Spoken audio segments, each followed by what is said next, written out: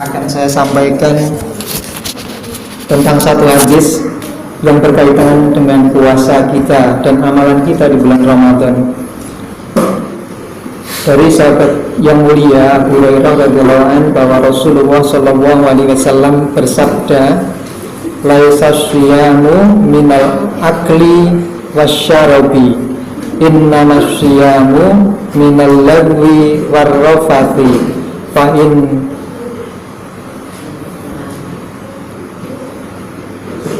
Jadi sesungguhnya bukanlah puasa itu bukanlah sekedar meninggalkan makan, akli wasyarabi, dan minum. Akan tetapi puasa itu juga harus menahan diri dari rafah, dan lagwun. Dan kita jamaah sekalian yang dirahmati oleh Allah Subhanahu wa taala, dari hadis ini para ulama menyimpulkan bahwa puasa itu tidak hanya menahan diri kita dari makan dan minum di siang hari, tetapi hendaknya kita juga menahan diri kita dari rafat dan lagwun. Kalau menahan makan dan minum ini, insya Allah kita semua yang namanya puasa pasti akan berusaha sekuat tenaga untuk menahan makan dan minum, walaupun tidak dilihat orang lain. Akan tetapi hal yang berikutnya yaitu kita juga harus meninggalkan lagwun. Apa itu lagwun?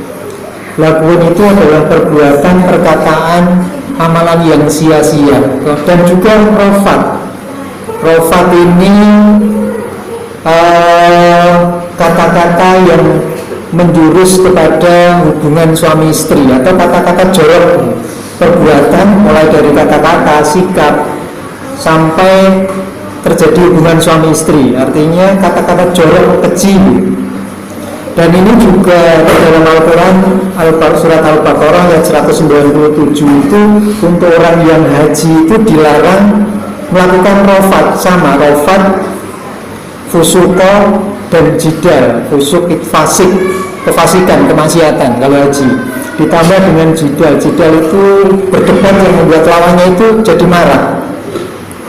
Nah, jamaah yang dirahmati Allah Subhanahu wa taala,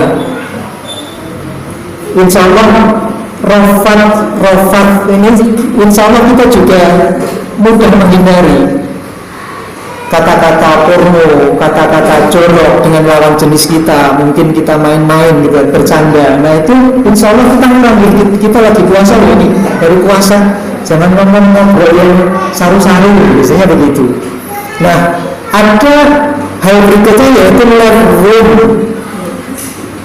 Wa inna masyamu minal lagwi warrafati, bahwa puasa itu adalah dengan menahan diri dari perkataan lagwun, dari perbuatan yang lagwun itu yang sia-sia. Sia-sia itu kalau kita timbang-timbang antara bisa dua hal, kepentingan kita untuk manfaat di dunia maupun manfaat di akhirat.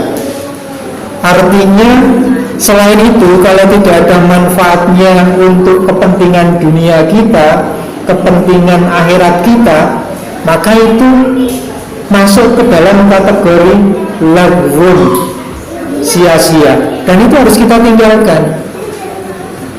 Sebagai contoh misalnya yang sering kita lakukan untuk anak-anak kita, mungkin ya, adik-adik ini, untuk nunggu dulu, kalau dulu istilahnya dulu berbuka puasa, istilahnya sekarang ngabuburit, itu main game seharian penuh. Waktu sholat zuhur ketemu sholat ke masjid, sholat, habis itu pulang main game lagi, lanjut. Mungkin kita sebagai orang tua mengalami, daripada nanti anakku jadi rese, jadi rewel, biarlah untuk mengurangi derita, menahan haus dan laparnya, biar dia terkecoh dengan permainan gamenya. Nah itu termasuk lahun, tidak ada manfaatnya. Ibu-ibu barangkali nonton sinetron, yang ibu-ibu muda sekarang trennya nonton drakor misalnya. Di TV nggak ada, di YouTube drakor seharian penuh, jadi betah. Tapi itu sia-sia. Atau yang lainnya misalnya Facebookan yang tidak ada manfaatnya. Bukan berarti Facebook itu nggak boleh. Facebook bisa dipakai untuk sarana dakwah, YouTube juga bisa dipakai untuk sarana dakwah, Instagram juga sama. Tetapi kita yang hanya buang-buang waktu atau tidur seharian, mulai terbit fajar atau setelah terbit matahari kita tidur, karena kita tahu semua bahwa Rasulullah berdoa, Allahumma barik fi bukuriya, ya Allah berkailah waktu pagi untuk umatku, Allahumma barik fi bukuriya. Sehingga kita tahu bahwa tidur setelah subuh sampai matahari belum terbit itu nggak boleh, ya makruh, jangan dilakukan untuk kata ibu sekalian. Sementara kita tergoda, biasanya mengantuk kalau Ramadan biasanya tidurnya malam, bangunnya gasik, biasanya begitu, sehingga kurang tidur. Setelah sholat subuh biasanya kita pokoknya diliputi mengantuk yang sangat, sudah enak sekali tidur pada subuh itu, dan ini harus kita hindari. Bahkan kebanyakan tidur di siang hari itu kan juga, walaupun tidurnya orang puasa itu adalah ibadah ya. Tapi nek kakean turu niku bukan jadi bukan sido ibadah niku. Jangan yang dirahmati Allah Subhanahu wa taala. Jadi ini seandainya orang-orang yang sudah mati, orang-orang yang sudah mati bukan orang kafir, orang Islam sekalipun, mereka diberi keinginan, diberi wahai mayat seandainya kamu ingin dihidupkan, kamu pengen apa? Mereka itu pengen dihidupkan walaupun sedetik, walaupun sebentar, untuk melaksanakan ibadah yang dulu mereka tinggalkan. Mungkin sedekah, mungkin memasuki bulan Ramadan yang seperti ini yang luar biasa, rahmat Allah yang Allah berikan di dalam bulan Ramadan ini.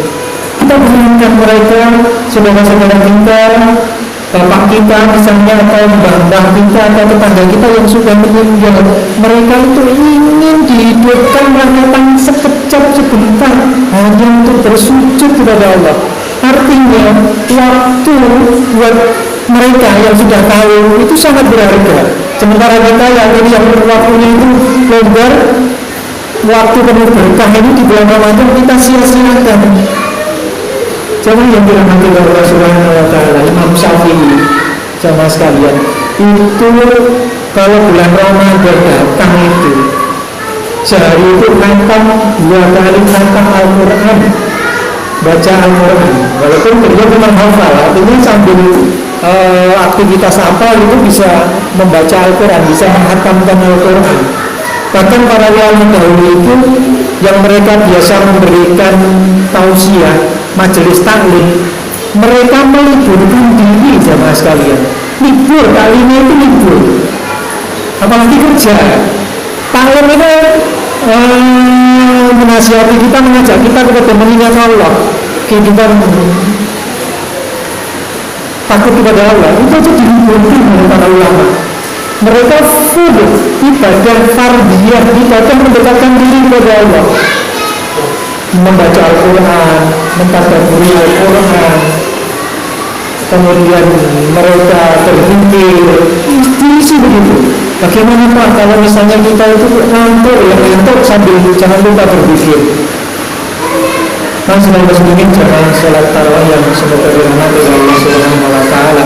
Ada satu kisah yang diceritakan oleh Talhah, jadi Talhah bin Ubaidillah. Talhah itu salah satu sahabat yang dijamin oleh, diberi kabar gembira oleh Nabi Muhammad nanti masuk surga, termasuk al-Ashur al-Mubasysyirun bil Jannah, 10 sahabat yang dijamin masuk surga. Nah, beliau itu suatu ketika bermimpi Ada teman dua orang, teman yang satu itu meninggal pada saat berjihad, mati syahid, terbunuh mati syahid di medan peperangan. Kemudian yang masuk Islam kedua itu, yang satunya itu pulang dari medan peperangan dengan kemenangan. Setelah itu setahun berikutnya temannya itu sakit dan sampai hanya meninggalnya karena sakit, bukan karena mati syahid. Maka suatu ketika beberapa hari setelah kejadian itu, Talha bin Ubaidillah itu bermimpi di hadapan pintu surga. Ternyata yang dibangunkan, yang dipanggil itu datang suatu suara, yang dipanggil itu adalah temannya yang mati karena sakit, dipanggil duluan, artinya masuk surga duluan. Kemudian setelah itu datang suara berikutnya, yang diundang untuk memasuki surga adalah sahabatnya yang kedua, yang mati syahid. Yang mati syahid ini jamaah sekalian, itu fadilahnya itu luar biasa besar. Orang yang mati syahid itu masuk surga tanpa hisab. Di kuburan itu nggak ditanya sama malaikat, di kuburan itu nggak ditanya menurut juga, menabi juga, membunuhkan apa agama itu enggak. Kenapa? Karena cukup satu kilatan pedang yang berkelebat di atas kepalanya itu cukup sebagai ganti fitnah di kuburan itu. Rasulullah mengabarkan begitu. Artinya kemuliaannya orang mati syahid itu besar itu. Sampai nanti waktu dibangkitkan di padang mahsyar itu, mereka dibangkitkan dalam keadaan masih sama seperti waktu mati syahid. Lupanya di mana masih, dan meneteskan darahnya masih. Dan itu menjadi kebanggaan orang yang mati syahid dengan dibangkitkan seperti itu. Tapi nanti di sana kebanggaan di sana nggak seperti di sini, nggak boleh kalau di sini sombong. Di sana nanti jadi kebanggaan. Nah, setelah itu datang suara berikutnya. Sekarang giliranmu, kamu belum saatnya masuk ke surga, pulanglah kembali. Setelah itu terbangun, Talha bin Ubaidillah, diceritakan hal itu kepada para sahabatnya.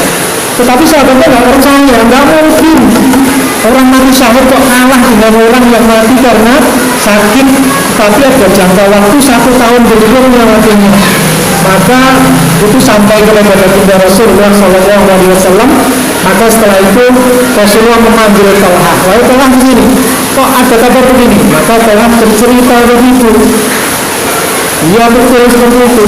Para sahabat itu masih nggak menerima. Apa yang bikin kamu nggak terima? Bukankah dia itu hidup 1 tahun lebih lama dibandingkan yang mati syahid? Nah ya Rasulullah, bukankah dia menemui bulan Ramadan? Nah ya Rasulullah, bukankah dia puasa di bulan Ramadan? Bukankah dia sholat malam di bulan Ramadan? Maka itulah yang menjadikan dia lebih mulia, dan jaraknya itu kedudukannya di surga lebih dari antara langit dan bumi.